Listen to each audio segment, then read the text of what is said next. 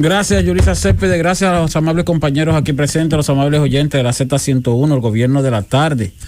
En este viernes ya finalizando el mes, porque el mes se termina, el mes de mayo, el domingo 31, que es Día de las Madres, el día 1 de junio es el próximo lunes. Entonces, en efecto, van a estar faltando ya, a partir del lunes, 35 días para las elecciones presidenciales y congresuales.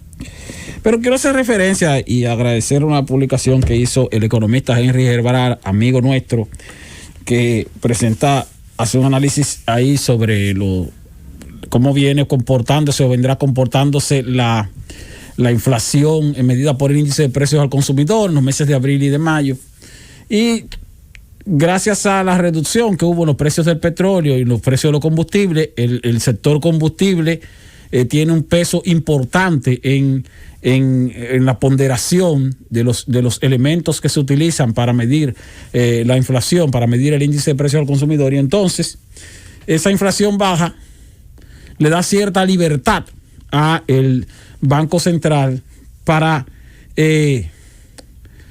garantizar el abastecimiento de dólares aun cuando haya escasez de dólares y aun cuando la tasa de cambio esté subiendo. O sea, hay una situación que dice, bueno, ¿hasta qué punto yo puedo permitir que los dólares, la tasa de cambio siga subiendo por la presión que hay? Dicho en otras palabras, no es lo mismo bajar una escalera que caerse de ella. Sí, exactamente. ¿Hasta qué punto yo puedo resistir la caída de los precios, la caída de la disponibilidad de dólares, el aumento de la demanda en medio de una escasez de divisas, sin que esto me afecte el índice de precios al consumidor? Porque a partir de cuando el aumento de la tasa de cambio comienza a reflejarse en los precios de los productos de manera más directa, porque todavía no se está sintiendo de manera más directa, en ese momento el Banco Central va a tener que decir, no, ya tengo que parar esto de una forma o de otra. Porque ahí sí ya empieza la parte peligrosa. Cuando la inflación no soporta el deslizamiento que pueda tener la tasa de cambio. Y ustedes dirán, bueno, ¿y es intencional dejar de deslizar la tasa de cambio? No, no es intencional. Sin embargo, hay un elemento que a futuro va a ser necesario, y es el hecho de que los sectores generadores de divisas necesitarán ser más competitivos para poder irse recuperando.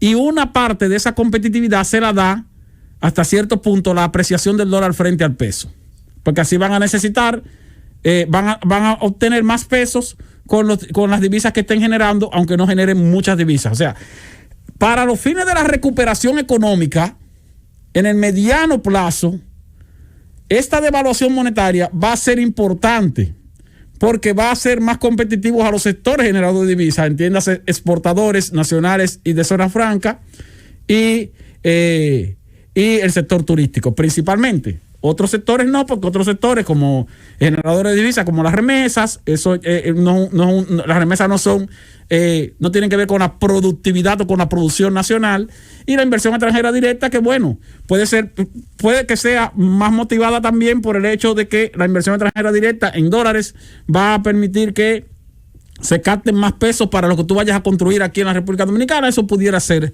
también atractivo. Pero quiero hacer referencia también a que el impacto de los precios de los combustibles también se siente en los precios, y muchas veces la gente se queja de que los precios no se reflejan, o el precio del petróleo en el mercado internacional no se reflejan los precios locales de los combustibles. Bueno, es que los combustibles tienen un peso importante de impuestos en el país, y aparte de que tienen un peso importante de impuestos, también tienen un peso importante en lo que tiene que ver con el margen de ganancia de los distribuidores, margen de ganancia de los detallistas, margen de ganancia del transportista, y todos esos elementos hay que cargárselo al precio, al valor FOB del combustible. Además, a veces el precio del petróleo baja y los derivados no necesariamente bajan. Y si los derivados no bajan a la velocidad que baja el precio del petróleo, entonces tú vas a tener una reducción de los combustibles, de los precios de los combustibles, de los derivados del petróleo, pero no en la misma proporción en que baja el petróleo, porque el petróleo es la materia prima para el combustible. Pero rápidamente, lo que quiero hacer referencia es al promedio del valor de los combustibles en el mes de abril y compararlo con el mes de abril del año anterior, del año 2019.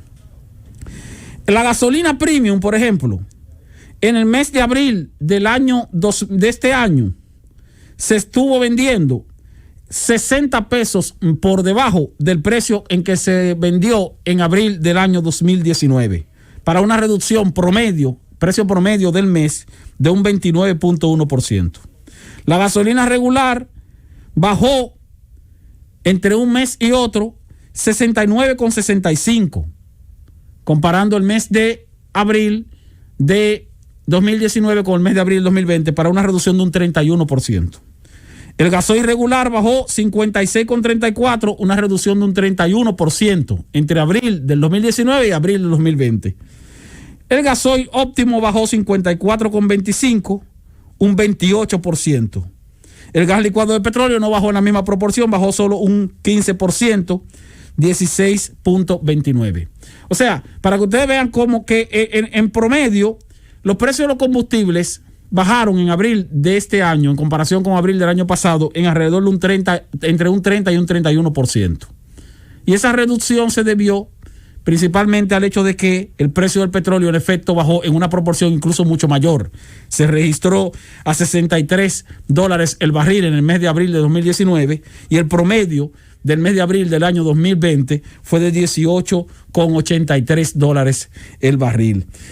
Solamente quería hacer referencia a eso para por lo menos defender un poquito al gobierno en la parte que tiene que ver con que si bajan, si suben, pero en realidad si bajan, aunque no sea en la misma proporción.